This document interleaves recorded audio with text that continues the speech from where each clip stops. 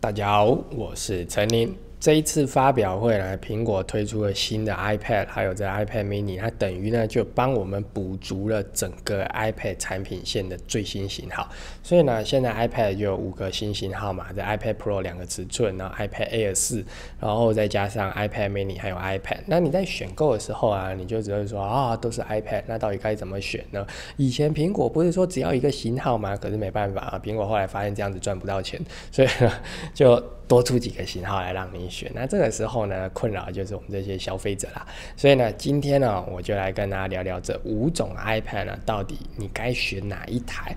其实呢，我必须说，它每一台 iPad 呢，它不像其他的品牌，它就是多一点钱，多一点钱。不是，苹果呢在推出产品的时候，它都有很明确的消费族群。所以呢，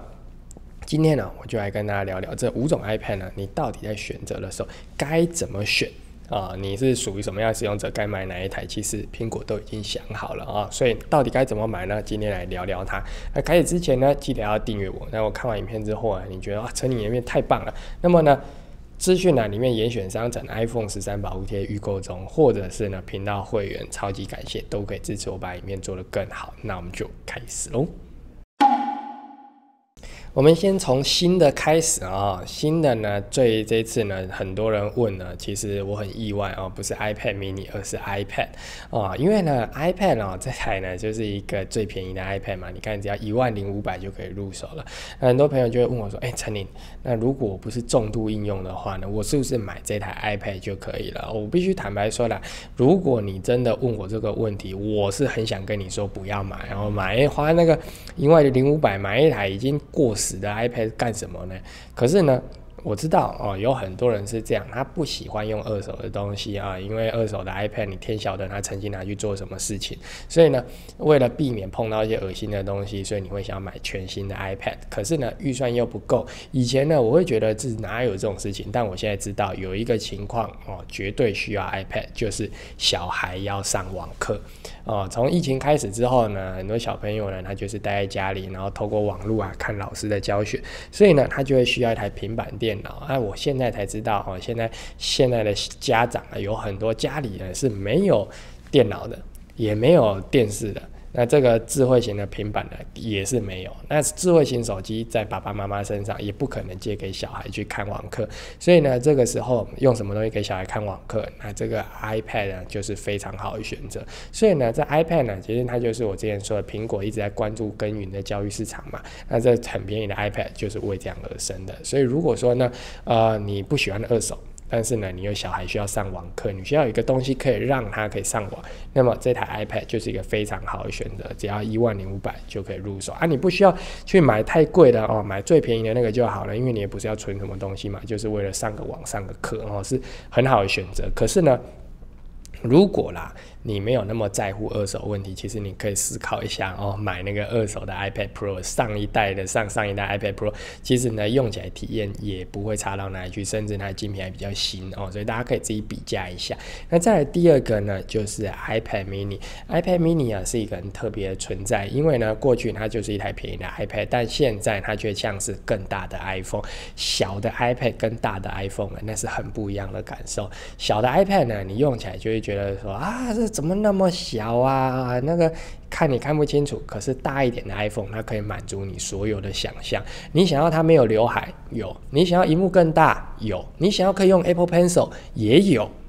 那你想要 5G 它还是有。所以呢 iPad mini 呢，它可以作为一个 iPhone 使用上的延伸，再加上呢它的体积很小，萤幕很大，所以呢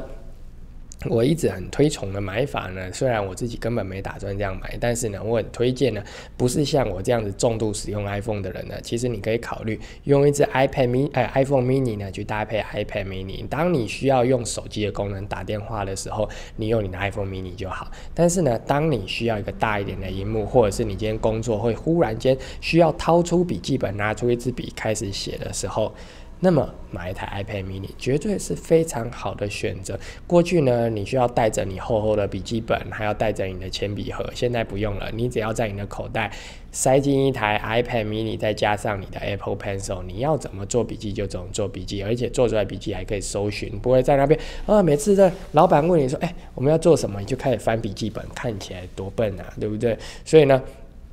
买一台 iPad mini 哦，可以解决你很多的问题。那其他你要看个剧啊、看个照片啊，什么也很方便。所以 iPad mini 呢，它可以算是呢补足了你既不想要带大台的 iPad 出门，可是你又嫌 iPhone 萤幕太小了中间的这个鸿沟哦。所以呢就是这样子啊、你嫌 iPad 大又嫌 iPhone 小，那么买一台 iPad mini 绝对是很好的选择。那再来就是 iPad Air 4，iPad Air 4呢，这一次就只能说呢，苹果你真的要问我了，那最有诚意的产品是哪台？我觉得就是 iPad Air 4。iPad Air 4呢，便宜，效能又不错，而且它不是有 Home 键的旧版 iPad， 所以呢，你可以得到很接近 iPad Pro 的效能，还有它的使用体验，但是却又不会那么贵。所以呢，如果说呢，你今天iPad mini 你嫌它太小，iPad 你嫌它太旧，因为效能不够好嘛。但是 iPad Pro 你又说我不需要用到这个 M1 晶片然后效能不需要那么好，我就是做个笔记、上个网、追个剧。那么 iPad Air 4是一个非常好的选择，而且呢，我必须说 iPad 的使用的年限呢，其实我觉得比 iPhone 还长我不知道是什么原因，但是呢，我自己使用上了 iPad 可以撑的那个年限就是它会慢到我受不了的年限比 iPhone 还要长。我每一年呢都会想换 iPhone， 可是我却不会每一年都想换 iPad 直到现在呢，我太太就是我们在拍影片，我太太在抄笔记的 iPad 呢，依然是上代的 iPad Pro， 所以你看一台 iPad 呢可以用好久好久的，你不用年年换的所以有时候呢，现在买 iPad Air 呢，其实还是一个非常好的选择。那最后呢，就是 iPad Pro。那 iPad Pro 呢，其实很多人会误解说我一定要用到那么大效能、高效能的时候，你才会需要买 iPad Pro， 但其实并不然这件事情只适用于11寸，但如果说你无论如何你要的就是大萤幕，那么呢，其实买了没什么不好iPad Pro 12.9寸呢，其实你只要用过一次，我必须说真的回不去。它的使用体验跟你用什么 MacBook Air、MacBook Pro 那整个比较起来是完全不一样，你拿起来就很顺手，拿起来要点什么要滑什么直接很快就可以点，然后东西又可以放得很大，操作上非常的流畅。我一直都在想要是苹果有一天推出一台70寸的 iPad， 我一定买单。那么方便的东西买来当桌子不是很棒吗？可是呢，苹果没出，可能是出量会很贵吧。那你就知道 iPad 是一种萤幕很大，你操控起来非常流畅、非常好用的东西。尤其是你如果要做笔记或者是要查资料的时候，真的是很好用的东西。可是呢，也仅止于此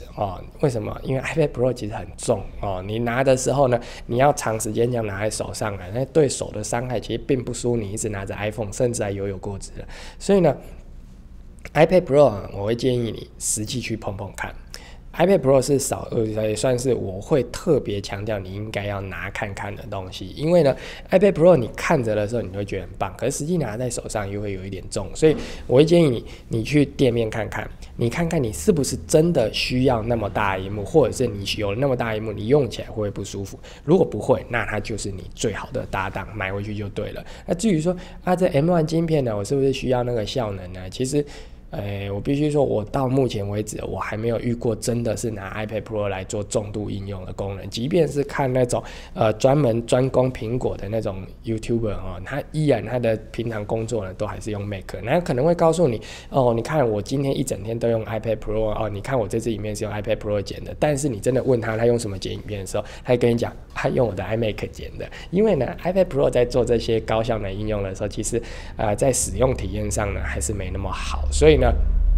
我会建议你真的我今天就是要剪影片，麻烦你去买 MacBook Pro MacBook Pro 现在跟 iPad Pro 效能一样 M1 晶片嘛，所以呢，你去买 MacBook Pro 用起来会顺了很多。iPad Pro 还是留给 iPad 的功用会比较实在一些，所以你去用看看，你是不是真的需要那么大？那至于说什么 iPad Pro 11跟 iPad Air 4那就纯粹看你对效能的要求而已这